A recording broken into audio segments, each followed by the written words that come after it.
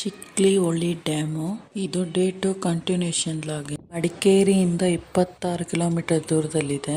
ಈ ಡ್ಯಾಮ್ಗೆ ಯಾವುದೇ ತರಹದ ಬಸ್ ಫೆಸಿಲಿಟಿ ಇಲ್ಲ.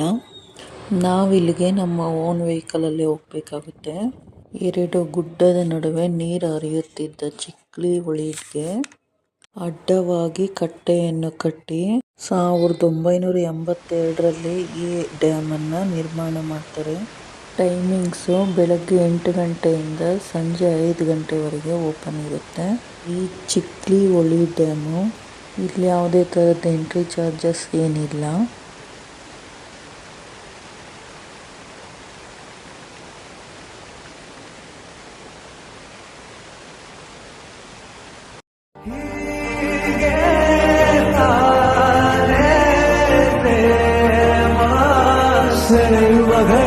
ಬೆಳಕಿನ ಕವಿತೆ ಬೆಳಗಿಗೆ ಸೋತೆ